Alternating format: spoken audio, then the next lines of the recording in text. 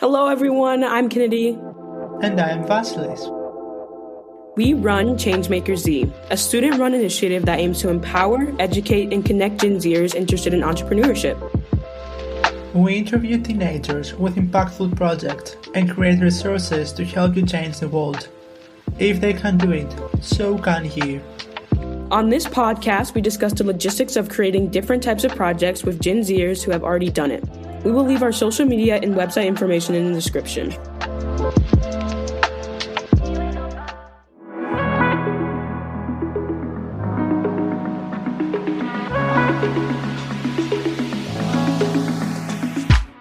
Welcome to today's episode. On this podcast, we have featured YouTubers, influencers, photographers, videographers, public speakers, activists, and musicians. And it's time to talk with, yes, you guessed it right, with a painter. With me in the studio is Marina Tziara. She had one of her exhibitions here in Grenoble in France, and this is how I met her. In today's episode, we will talk about the journey of a painter, the difficulties of being in the art industry, and in addition to that, Marina will share with us some insights about her latest exhibition, the preparation behind it, the process of being in a gallery collaboration, and so on. Marina, welcome to the show, so nice to meet you. Hello, nice to meet you, Vasilis. Thank you so much for having me. It's my pleasure to have you on the show. So let's begin. Yeah. What was your motivation that led you to become a painter? Well, my motivation, I guess I always knew I wanted to become a painter, I wanted to become an artist. Since I remember myself, I just wanted to be a painter, and there was not a moment when I said I want to become something else. I have kind of this stupid memory when I was a child. I remember I was with my mom and my grandmother at my grandmother's house, and my mom just let you do my own play, things, with my sister, and I was always painting or reading. that was one of my two favorite. All the times, I think. Yeah, painting or reading. So I come back with. I remember I was very, very young, 5, I don't know. So I come back with a sketch of a bird that I've made, and my mom was she was trying to tease me, Yeah. She was like, "Oh, come on, why would you stop just, painting and, do something else? You're all the time with your markers and stuff." So I got so offended, So I told Why her, you said that to me? Exactly, and I told her, well, if I hadn't been painting all the time, I wouldn't have been able to make such an amazing design. Yeah. And I remember I was impressed by my own, by my own design. This became your motivation, I think. I guess, yeah. And also, my mom helped me as well. They took me to art classes and stuff. And to be honest, they were always very, very supportive, in my family. We have another artist as well, another painter, and, it kind of I don't know if it runs in the family, but, it's not a conventional family where everybody is a lawyer or a doctor, So it was not weird to have somebody who wants to become an artist. Who wants to get into the arts in general. Yeah. I see. So what comes to mind when we talk about studies in art, and what really is? So, people come from different backgrounds, I guess. I took the more traditional one. Although I started studying something else in Greece. I was studying civil engineering, but I was hating I didn't know that. Okay. Yeah, and then while I was in this in this school, I tried to get into the School of Fine Arts in Athens twice, and I got rejected. And but I wanted, I really wanted to study art. It was and I wanted to leave Greece, of course, because I want to leave Greece, I want to travel. And so I did an Erasmus at the Canary Islands with my civil engineering university, which I'm embarrassed, but I know nothing about civil engineering, but alright. And then I won a scholarship. Yeah. So I won a scholarship, I won a competition of UNED, is la Universidad de Distancia in Spain. In Spain. I had already learned Spanish. And I went to Spain to study fine arts. So you were well prepared, I guess. I was well prepared about the studying part and about, moving abroad. And I just studied fine arts in Seville. And years later, I did my master's in education, in Montessori education. but years later, because I had been involved into teaching, and I was interested in those like alternative methods and activities. Teaching, yeah. And years later, I did my master's, but my studies with art was fine arts, University of Seville, and of course, some things I learned as well by like doing my internship. I was like kind of a slave, an older painter, and I learned all the hacks, Yeah, this is what an internship is. You get experience from that. Yeah, but there are things that you don't learn at school. And, of course, it's just I don't know. It's just theory at school. Yeah, it depends on the school as well. But Seville is quite classic, and France as well. Yeah, I'm in engineering.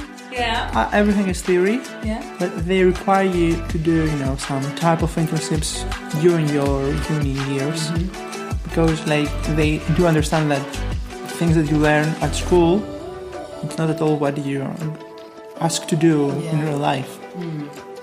Yeah, of course. But for me, mine was not obligatory. I kind of. But it was what you wanted to do.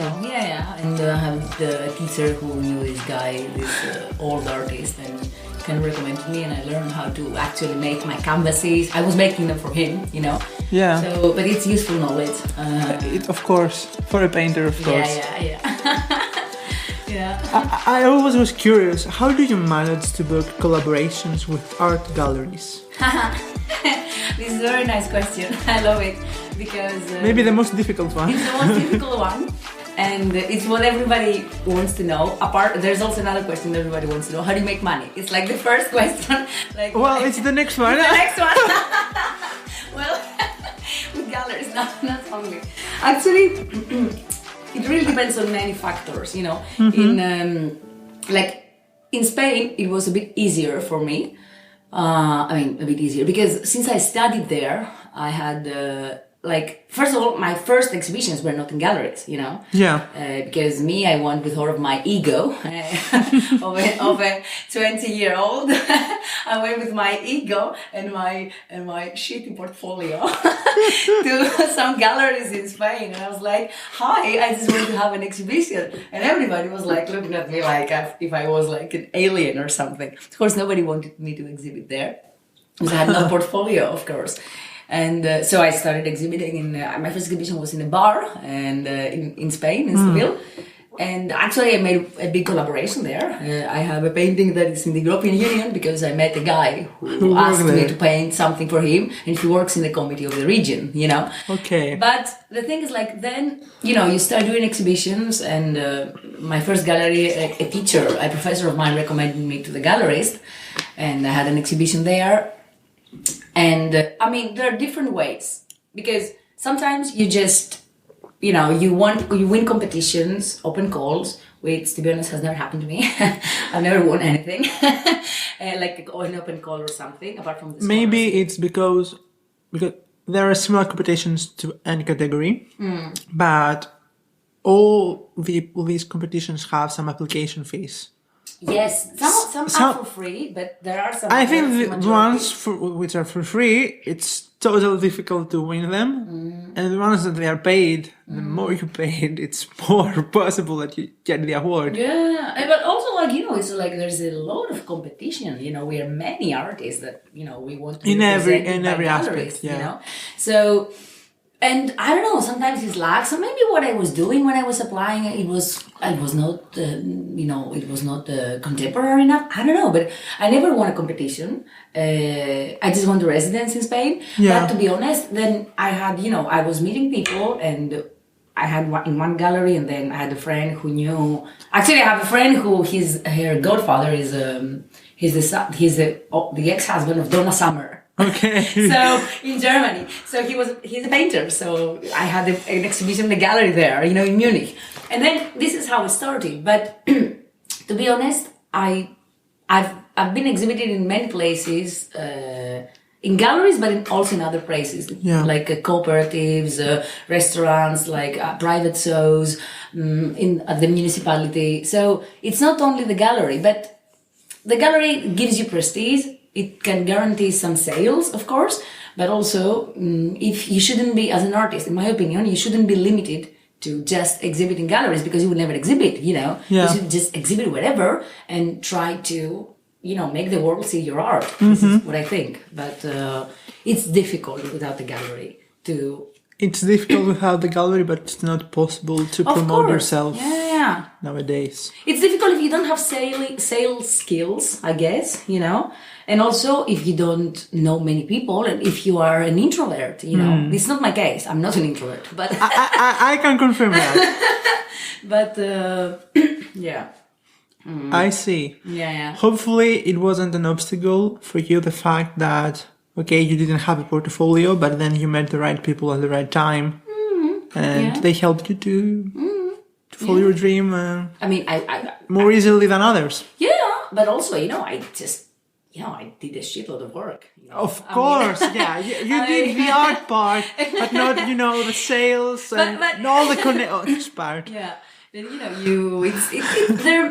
There's no, unfortunately, there's no recipe, Some people just exhibit in bars and stuff, and one day they have a good gallery. Some people never exhibit in galleries and just keep on living and keep on selling. And, some people want to win an award and then they just exhibit in museums. And some people exhibit in museums and never won an award. It's crazy. There's no recipe, And this is like so stressful when you're young but if you and not as mature. Yeah. I mean, even now it's stressful, Sometimes I wake up and I'm like, what am I going to do with my life, Oh my gosh.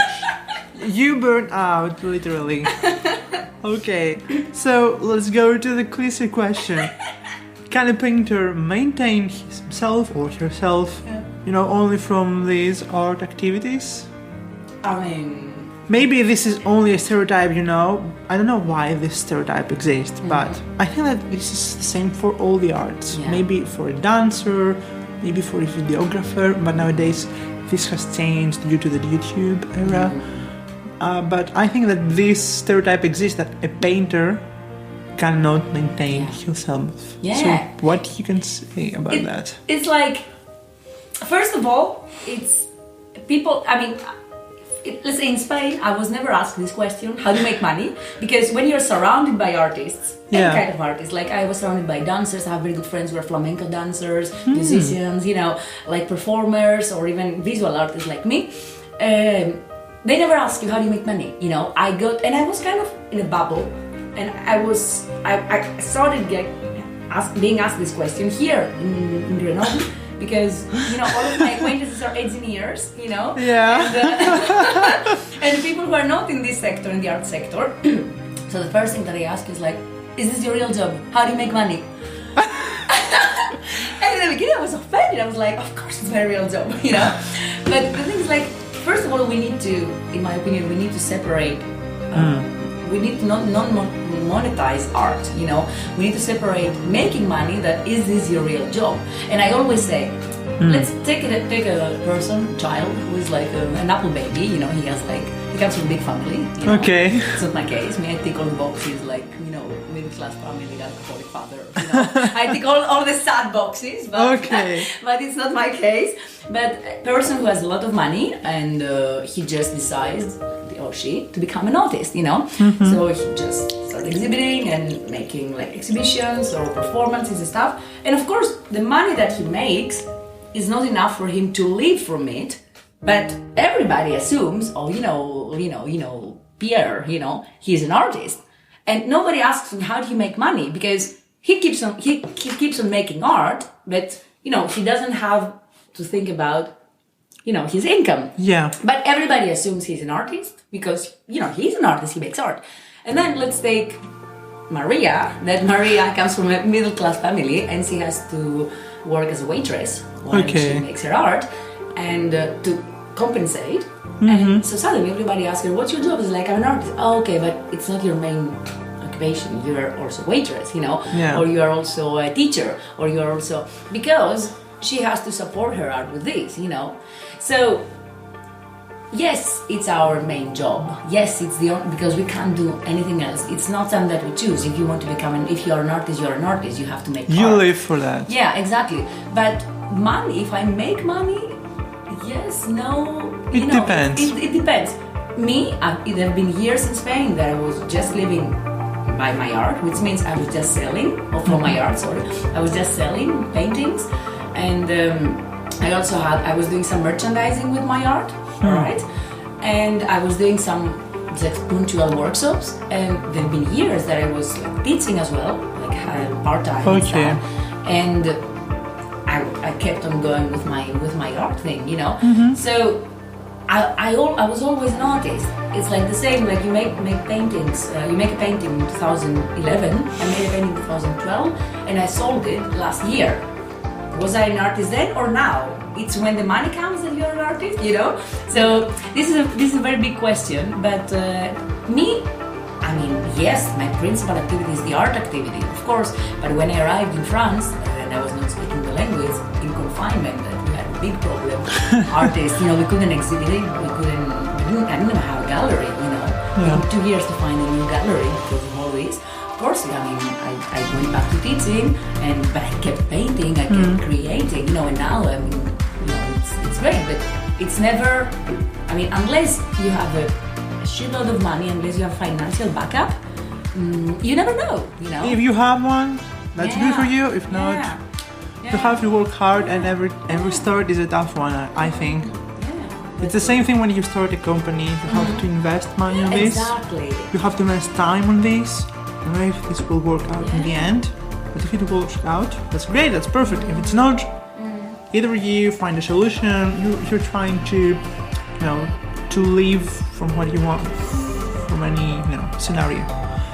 And I think that what you're explaining to us right now, it's not only the case for painters, but it's also like for, you know, the latest musicians or singers. There are many people with many talents, but since there are so many talents, they cannot, you know, just sign from the whole mass of people, and so they start making content online. But even this is not enough at all. So like they need to work as, you know, as a waitress, as you said, or whatever. But also, the only difference with like visual artists, like painters or sculptors, is that, like, if you're a musician, you can perform in different places, and you can just, let's say, make some money to get through the day. I'm not saying that this is what you want, you know, but at least it's something more tangible, you know. When you have a nice concert, everybody pays 10 euros and stuff, 10 euros, and that's it, you know. Yeah. With us, it's like not everybody can pay 3,000 euros for a painting, you know. And sometimes you need a lot of money investment, you know, like to just paint a painting, you know. Of course. If the painting is big, you start with like 300 euros, just the canvas, just the color. So this money, if you don't have them, what are you going to do? So then you will have to like start painting things more commercial things just to sell, which is not my cup of tea, let's say. And then you're frustrated, and then you have anxiety, and then you are like all the tormented artist, and maybe disappointed for no reason. Exactly. So sometimes you just need some money to invest, and if this money doesn't come from your family, you just have to do something else. Maybe teach art, you know. Many artists do that. Maybe me in Greece, I was working a little bit at the theater as well as a stage designer, you know. Or even in Spain, I did some collaborations like that. So, that's why I started teaching also, and then I got involved. You get involved with that education, you know.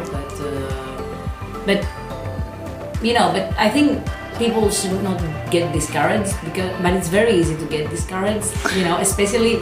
We work a lot at home, alone, in the studio, so it's not like you're sharing a lot with many other artists. It's not like you go to a jam session or something. We just work alone, sorry. And sometimes it's, you know, it's frustrating and sad if things don't progress, you know. Yeah, I see. Yeah. Let's move on to some of your most recent exhibitions here at Grenoble. What was the subject and inspiration behind it? So the one that you visited, my exhibition, is called, it's still on, Madonnas. And actually the inspiration are women that I've met like during my whole life, but also the past 2 years, Okay. You know, after COVID and so on. And it was the idea of like representing the mother with a child, and also having a look at motherhood from a different perspective. And I think it was something that I had it inside. I'm not a mother, and I don't want to become one. Okay. By choice. Of course. Motherhood is Everyone's not, free to yeah. decide what he wants to do in this world. But I really wanted to explore this idea and connect it with femininity and with feminism, of course, and with sisterhood. And I got really, and I'm getting really inspired by different women. And I know it sounds like a cliche sometimes. It's not cliche. I think that's the best moment to present things like that with the world. But yeah, if it's, as a person, I don't like when, we are surrounded only from this idea, because at the same time, maybe another someone would say, okay, why you think that? Okay, maybe we will pass to exactly the other limit of life that, women are considered best from the men. So we need to be balanced. But I think that we are balanced in this period of time. Are we? For me, we are. From what I'm seeing on the internet and what we're producing here at the podcast, I think that there is this equality for, which is, there isn't the best gender. Okay. But I don't know for possibilities or, for, I don't know. I think we don't even, we need 300 years of distance to even have equity, women and men. So I don't even want to talk about equality. But at least I think nowadays more opinions and voices can be heard. And, that's the idea. Yeah. What we're doing here right now. Yeah, exactly. But also we are going very backwards in different in other different sectors, like what happened now at the States about abortion and all those things. Yeah. You know that no rights are granted about women, and I think I was always very vocal about it. But now there are actions. Yeah, and I think everybody should do whatever she can, but especially like after what happened to me like 3 years ago, that I suffered an aggression and I almost died. And sorry for that. It's okay. And it was an aggression from my ex-partner, and so things really changed for me. I was always very vocal about manifesting and supporting women's rights, and but especially when you survive something like that, you're like no shits are taken anymore.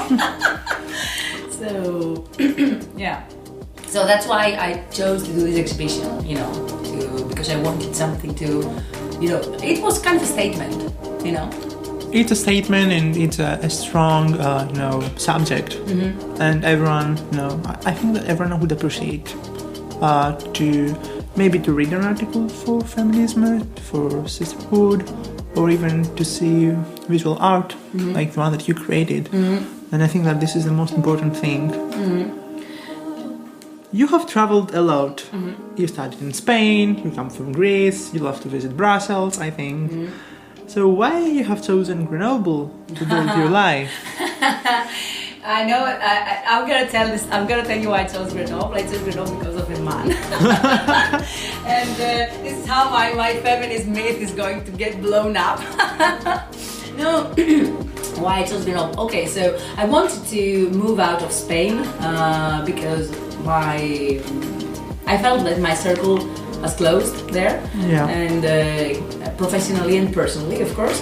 Professionally because I was living in the south in Seville, and I was kind of tired of, although I was exhibiting, abroad all the time, and I traveled for my art, but I wanted to leave the south of Spain, and I was, and so also I was getting a divorce because I was married to, to this guy, and so everything happened I wanted to go to Brussels actually because I have friends there and my best friend lives there, and I wouldn't have to learn French, of course. And they speak great English there. They speak great English, so I wouldn't have to learn another language. But, I made my plans, but it was not what happened. Because when I was getting my divorce, I suffered this aggression from my ex-partner. So my life was at risk. And I met Aurelian, he is my partner now in life. So it was the confinement and it was everything crazy and I couldn't be alone and I didn't want to stay in Spain. And, you need people to support you and exactly. So I just, we just drove pure confinement from after we were confined together, then 4 months. We have been in one date and then we got confined together. Okay. Yeah. So then we drove 5 months. This sounds like a movie, but it's great. It's great to see examples in real life, I think. It's like my whole life, it's like a movie. Not always a good one, Now it's a good one, I think. Now it's a good one, yeah. So I just came here just to try, And you stayed. And I stayed after I moved my whole studio and stuff during the second confinement. And then during the third confinement, I found my studio here and stuff. So I stayed. And now I learn French, so it's good. Is it easy to integrate to the French culture and lifestyle? Yeah. I mean, for me, it's not a problem. I think... You have already stayed abroad, so you already know. Yeah, and also French people, I don't know. I find of course we are different in many ways, but also I found many similarities, The food is good as well, Of course. The wine, But it is a fact we were discussing before that Grenoble is nice, but for my taste is lacking some underground contemporary art scene. Yes, because Grenoble is a city that's literally based on sciences. Yeah. It was the first city in France that started computer science program. Yeah. And I think that arts are missing from that city. There's a lot of, because I have a friend who's a violinist, so there's a lot going on about classical music here as well, but contemporary painting, not that much. But, you can just have a base and travel around, so it doesn't mean that you can stay here forever. Yeah. Or you can, but that's why I ended up here, since you asked. That's great. How do you self-promote your work and exhibitions?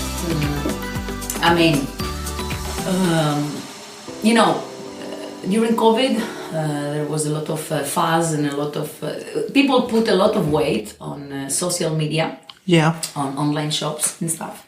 And to be honest, I fell into the trap as well, because you have nothing else to do, It's like you just get bombarded by, you need to have online presence, you need. And I had before, but all of a sudden it became insane, So that was very stressful. But before that, it's just like the traditional way.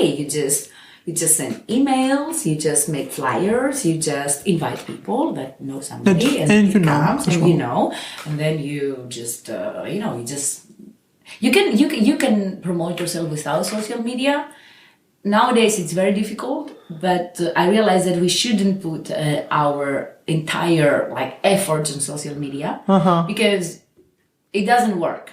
And your work, it's physical work. It exists, so exactly. Someone, has to be more personal connection with you. And the art. Exactly, yeah. And, also, I know it sounds a bit, how can I say that? I sound like a daydreamer or something, but it's, we should have faith and trust on people, And you ask, a friend brings a friend, and then...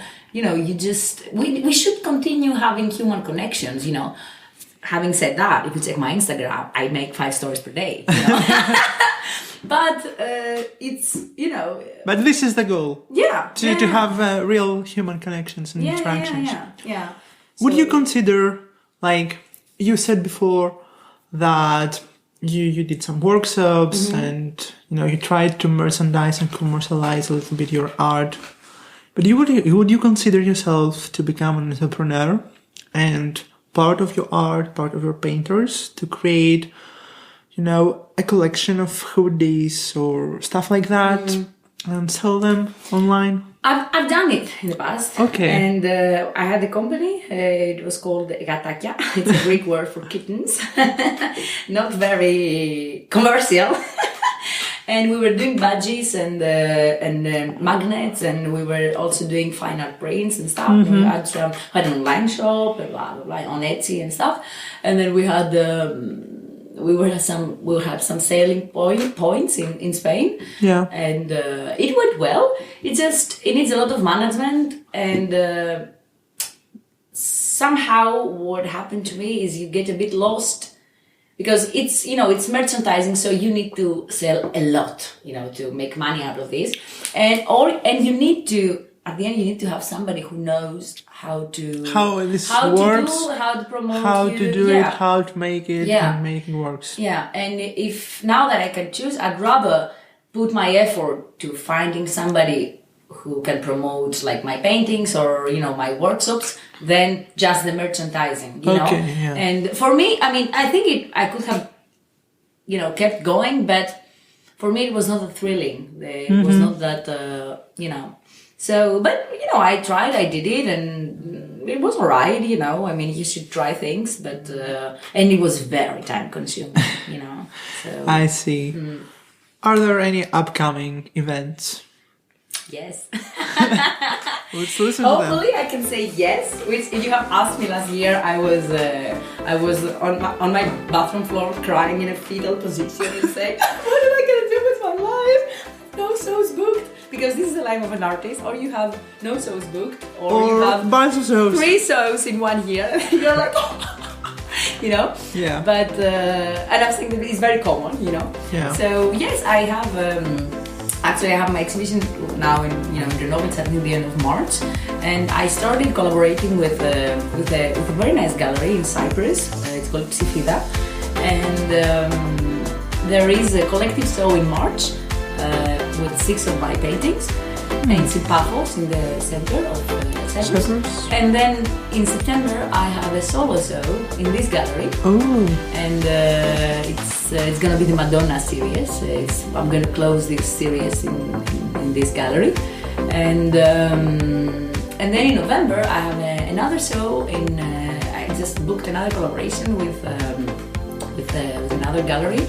But it's actually a project. These collectionists, they have been collecting paintings of old expressionists, unknown, and they want to exhibit them and create a dialogue with the contemporary artist.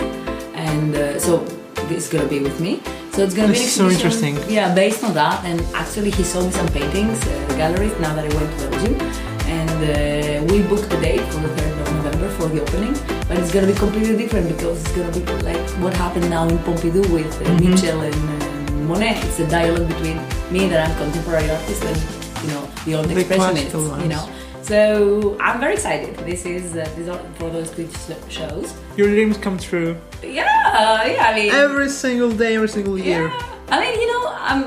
When I was a child or a teenager, I was always dreaming of becoming an artist and having an exhibition in Paris. And I had very good exhibitions in very good galleries and very good places. But not at Paris, at least for now. I had like all those years in very big, nice places, that the shows were amazing and stuff.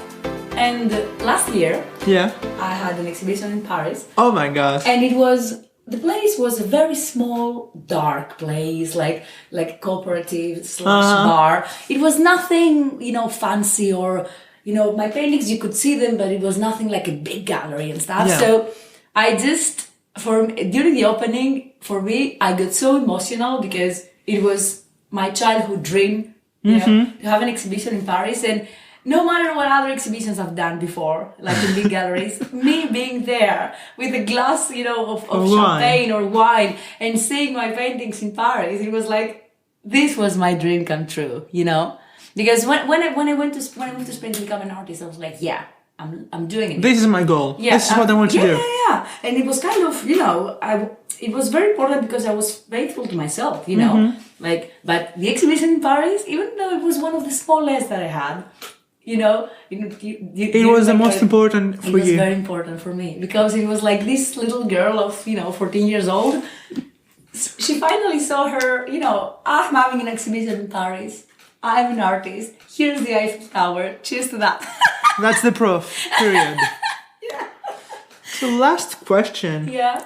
If you could live anywhere in the world and not Grenoble, where would it be and why? Okay, I'm gonna fall into the trap telling you a place that I've been and I love it. But I've never actually have lived there. So I think I would choose Budapest. Because I've been there twice and I stayed like almost a month both times. And I had this massive vibe from this city, Yeah. And I don't know, maybe I was too young, maybe it was just the moment, I don't know, but I had this, I have this thought that I want to go back and live there, and I think it would be Budapest. But, and it's crazy because when I moved to Seville, I had dreamt of Seville in my dreams, but without never actually, visualize yourself. And it was like, I want to go to Seville. And I just moved to Seville, and at the end I was planning on staying 2 years and I stayed for 9, So sometimes you should listen to your gut, so maybe I should just, move to Budapest for a short period of time, maybe just to experience, especially since in our work we can, have a studio and work from wherever we want. But now I'm telling you Budapest. Also Berlin, but I've never been. So I think I've kind of idealized Berlin in my head, because it's a contemporary city, It is. Yeah, but I've never been. So. Many things happen to Berlin, actually. I don't know, but if you have seen a Netflix short movie, it's called The $1 Billion Code. I've never watched it. And actually, the idea is that the Google Earth or the Google Maps that we're using today, you paint it out and you see, the stars and the globe. And the idea is that you can travel the whole world through the maps and the satellite images. It was started as an art contemporary project with visual artists and a programmer. And they were from Berlin. They stayed in Berlin. They had a company in Berlin. They won hundreds of awards for art and for telecommunications. The $1 Billion Code. And then they found out that Google took the code, or at least they copied the idea of it and they commercialized it. So they were in court in 2018. This started at 1985. It's approximately 30 years ago. It's a lot. And they lost the court. But I think that people learned that exists something similar to what we know today, Google Earth. That period of time it was called TerraVision. TerraVision in English, TerraVision in German. But I think that this is a real example of contemporary art in Berlin. You're very welcome. So I think that we have reached the end of this episode. We had such a great conversation with Marina about another aspect of art, which is painting. I would like to thank Marina for being with me here today. Thanks so much. It was a pleasure. It was so inspiring to talk to you today. Guys, don't forget to check out the Changemaker Z app, available on the App Store and Play Store. With the latest version of the app, you can explore the latest articles from thread.com, inspiring quotes, similar podcasts and content, and of course the latest episodes from our podcast. Don't miss it. Until next time, do not forget to change the world. Bye!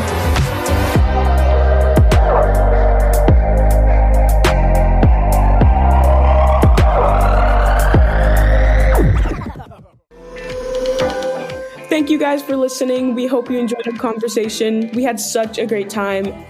Make sure to leave us a review. If you want more Changemakers content, you can follow us on Instagram at Gen Zers to Rise and on Facebook at Changemaker Z.